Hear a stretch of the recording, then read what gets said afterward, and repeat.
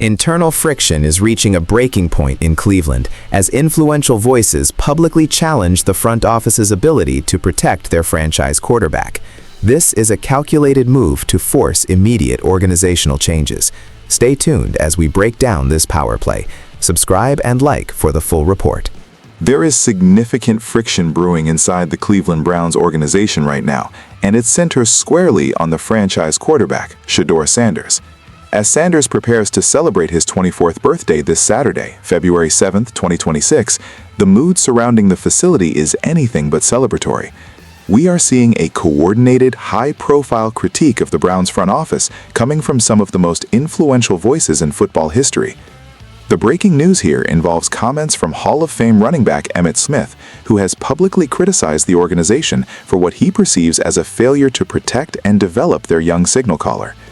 Smith's comments suggest that the current infrastructure in Cleveland is detrimental to Sanders' long-term health and career trajectory, a sentiment that carries immense weight given Smith's standing in the league. Adding fuel to this fire are the indirect yet unmistakable comments coming from Deion Sanders. Sources close to the situation indicate that Deion has grown increasingly frustrated with the environment surrounding his son. While he hasn't gone on a direct scorched earth campaign, his recent remarks questioning the level of support, specifically regarding offensive line play and schematic adjustments, have created a palpable tension between the Sanders camp and the Browns' general management. This is not a sudden development. It appears to be the boiling point following a season where Sanders faced constant pressure in the pocket. When you draft a high-profile quarterback like Shedeur, you are not just acquiring a player, you are acquiring a brand and a very vocal support system.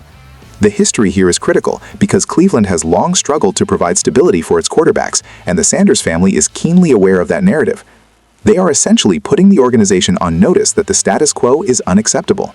We are looking at a scenario where a second-year quarterback, still on his rookie contract, is indirectly leveraging Hall of Fame influence to force organizational changes. This is a rare and volatile dynamic that goes beyond standard player-team disagreements, striking at the core of how the roster is constructed and managed.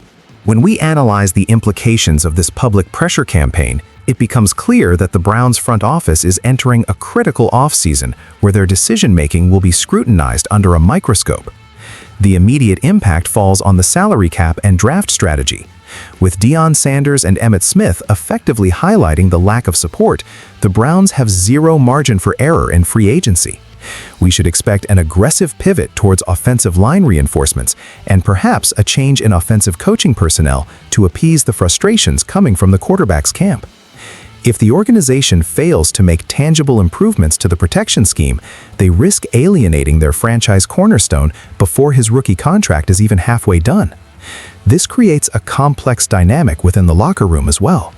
While veterans understand the business side of the NFL, the perception that a player's father and external legends are dictating team policy can create a divide if not managed perfectly by the head coach.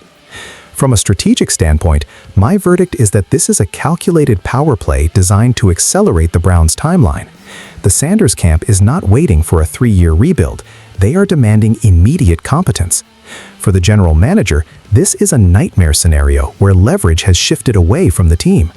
The front office must now balance the long-term health of the salary cap against the immediate need to insulate Shedeur Sanders from hits, both literal and metaphorical.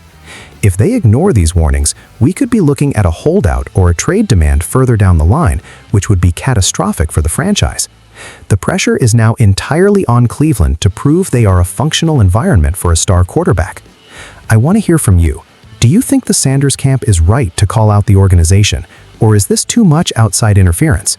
Make sure you subscribe to the channel right now for constant updates on this developing story as we continue to track every move in this high-stakes standoff.